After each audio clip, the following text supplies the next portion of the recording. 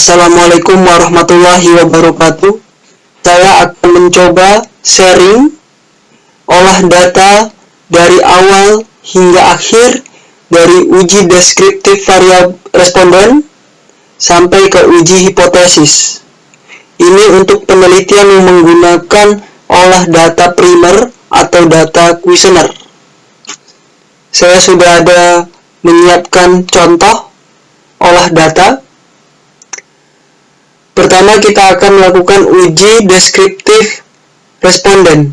Caranya analyze, deskriptif statistik, frequencies, lalu kita masukkan identitas responden, mendapatkan karakteristiknya, lalu kita pilih charts, kita pilih pie charts, lalu kita pilih continue, lalu kita pilih OK. Di output akan menampilkan usia, jenis kelamin, atau karakteristik responden lainnya. Sini merupakan histogram dari pie chart yang telah kita pilih tadi. Oke, lanjut dengan deskriptif variabel. Pilih analyze, deskriptif statistik, pilih frequencies, lalu kita reset, lalu kita pilih atau kita masukkan seluruh pertanyaan tanpa total. Lalu kita pilih OK. Di sini kita dapat melihat demografi atau karakteristik jawaban responden yang menjawab tidak setuju, kurang setuju, setuju, sangat setuju, dan netral pada pertanyaan pertama, variabel pertama, hingga pertanyaan terakhir, variabel terakhir. Selanjutnya kita ingin mengetahui deskriptif variabel dari nilai minimum, nilai maksimum, dan sebagainya setiap variabel. Caranya tetap sama, analyze, deskriptif statistik, pilih frequencies. Lalu pilih total variabel. Kita lalu pilih statistik, ini contoh yang sesuai kebutuhan. Lalu continue, lalu OK. Dari sini kita bisa melihat nilai min, standar deviasi, minimum, dan maksimum setiap variabel. Oke. Selanjutnya kita ke uji kualitas data. Yang pertama yaitu uji validitas. Caranya analyze, correlate, bivariate, lalu kita masukkan butir-butir pertanyaan dan skor total pertanyaan. Lalu kita OK-kan. Dari sini kita dapat menganalisa. Jika ingin valid, maka harus mencapai kriteria di mana nilai sig di bawah 0,05 dan nilai R hitung harus di atas nilai R tabel. Jika sulit melihatnya, kita lihat dari bintangnya. Ketika bintangnya masih 2 berarti aman, bintangnya 1 agak ragu-ragu harus dicek ulang, dan bintangnya 0 berarti pertanyaan tersebut pada variabel tersebut tidak valid atau tidak dapat digunakan sebagai kuesioner untuk penelitian. Kita lanjut dengan variabel-variabel lain dengan uji yang sama, yaitu uji validitas. Masih sama ya, kita selesaikan karena validitas dilakukan setiap variabel.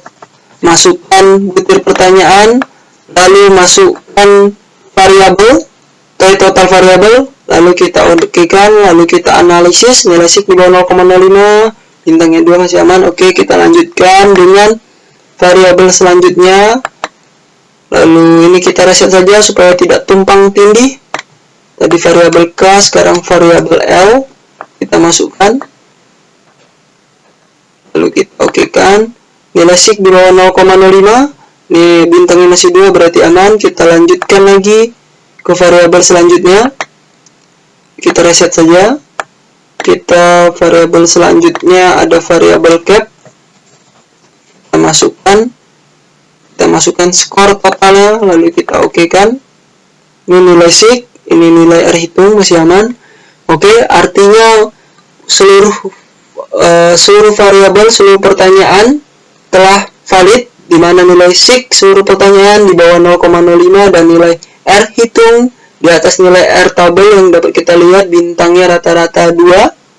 Oke. Setelah valid berarti kuesioner tersebut dapat digunakan sebagai kuesioner pertanyaan pada penelitian ini. Kuesioner pada penelitian ini artinya kuesioner tersebut sesuai atau cocok untuk mengukur variabel penelitian. Kita lanjut ke uji kualitas data yang kedua, yaitu uji reliabilitas. Caranya analyze, scale, reliability analyze, lalu pilih pertanyaan, butir-butir pertanyaan setiap variabel tanpa memasukkan skor total, lalu pilih statistik, pilih scale if item deleted pada descriptive for, lalu pilih continue, lalu pilih OK.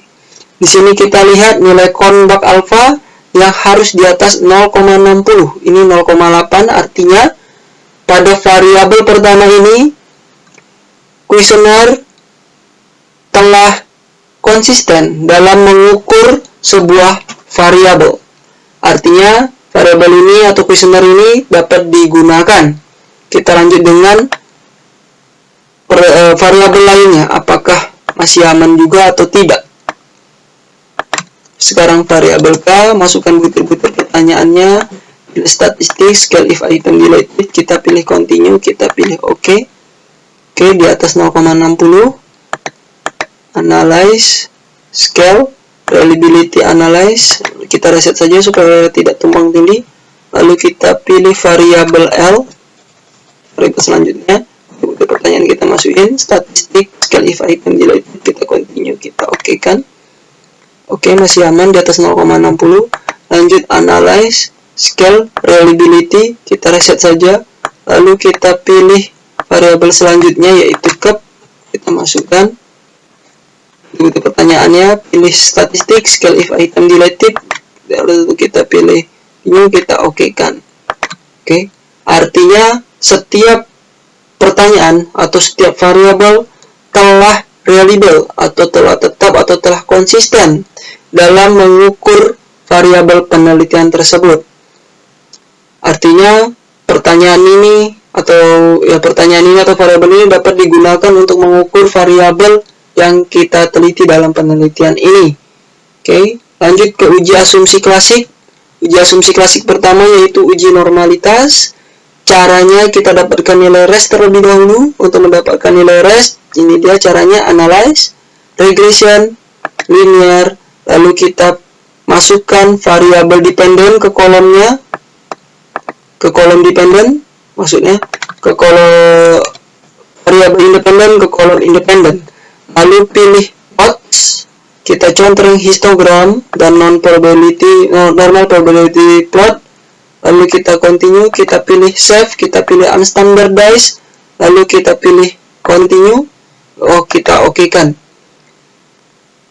Oke.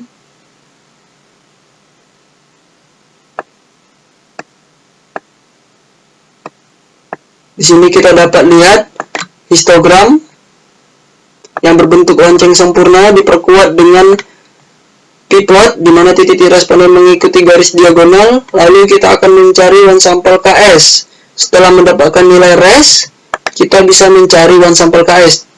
Nilai res ada di sini. Ini nilai res. Setelah mendapatkan nilai res, baru kita dapat mencari nilai one sample KS. Caranya analyze, non-parametric test, legacy dialog, kita pilih one sample KS, lalu pilih paling bawah yaitu unstandardized atau res. Kita masukkan lalu kita pilih OK. Di sini di one sample KS Markov Smirnov test dapat dilihat bahwa nilai tes statistik sama asumsi harus di atas 0,05. Ketika nilai ini sudah aman,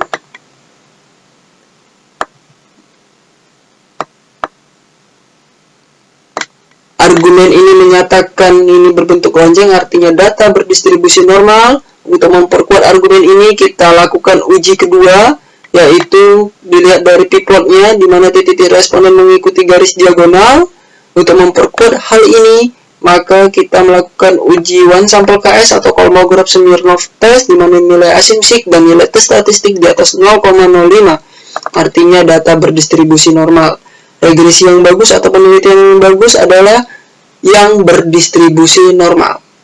Setelah asumsi klasik yang pertama normalitas ini, kita ke asumsi klasik yang kedua, yaitu uji multikolonialitas.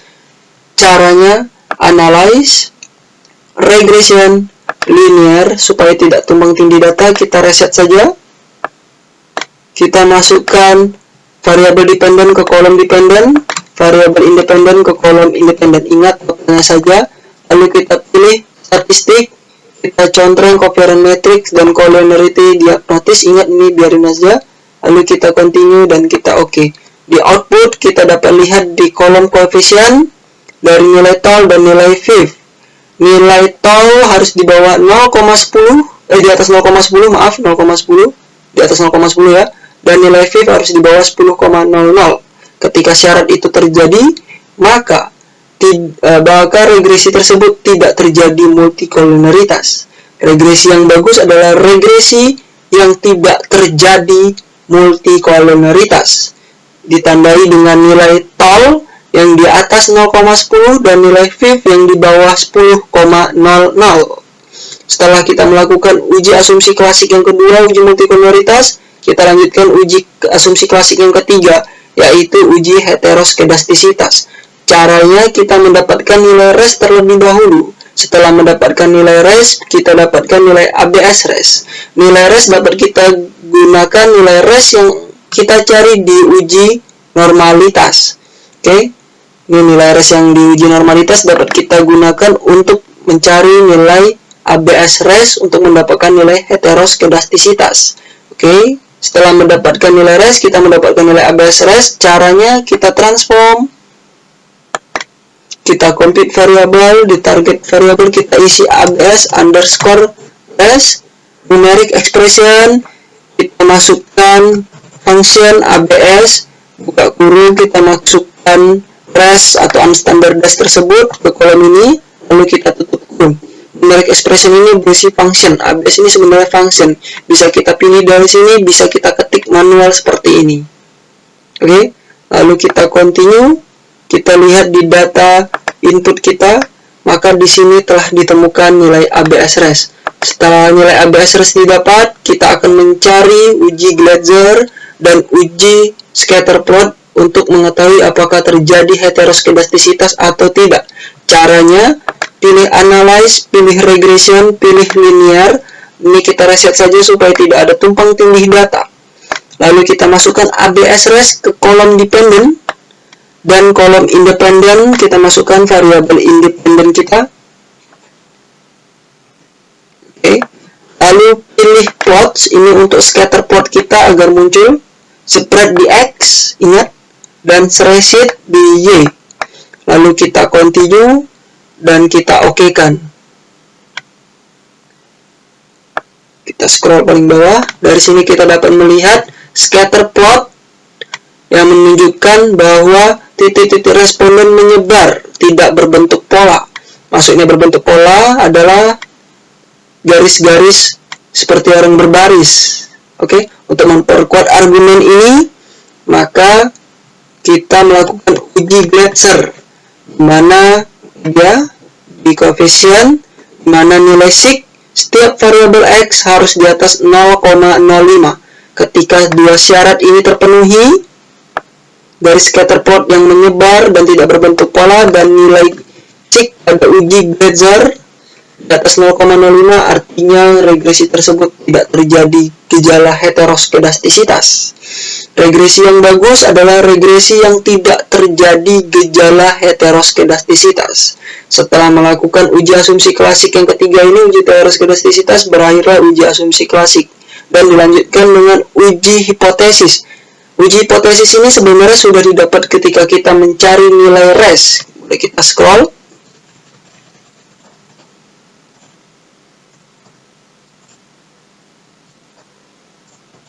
Ini dia.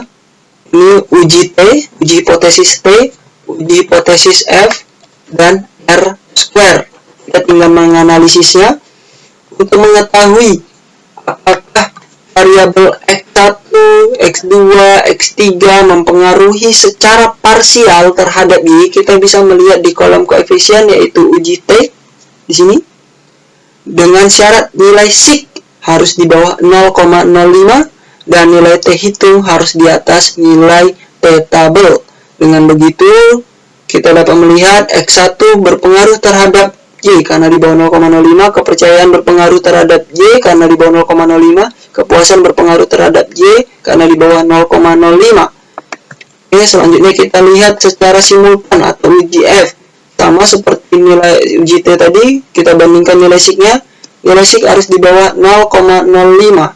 Artinya ini berpengaruh, dan dilihat dari F hitung di atas F tabel, kemungkinan besar ini di atas F tabel, yang mengindikasikan bahwa variabel X1, X2, X3 bersama-sama mempengaruhi Y atau secara simultan berpengaruh terhadap Y.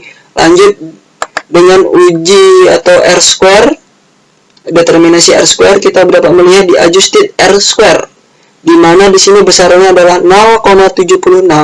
Jika dipersenkan berarti 76%. Jika diartikan berarti variabel X mempengaruhi Y sebesar 76% dan sisanya 24% dipengaruhi oleh variabel lain yang tidak diteliti dalam penelitian ini. Dari mana 24%? Dari 100% dikurang 76%. Oke, terima kasih. Ini sharing saya dalam mengolah data penelitian. Terima kasih ya. Assalamualaikum warahmatullahi wabarakatuh. Semoga bermanfaat.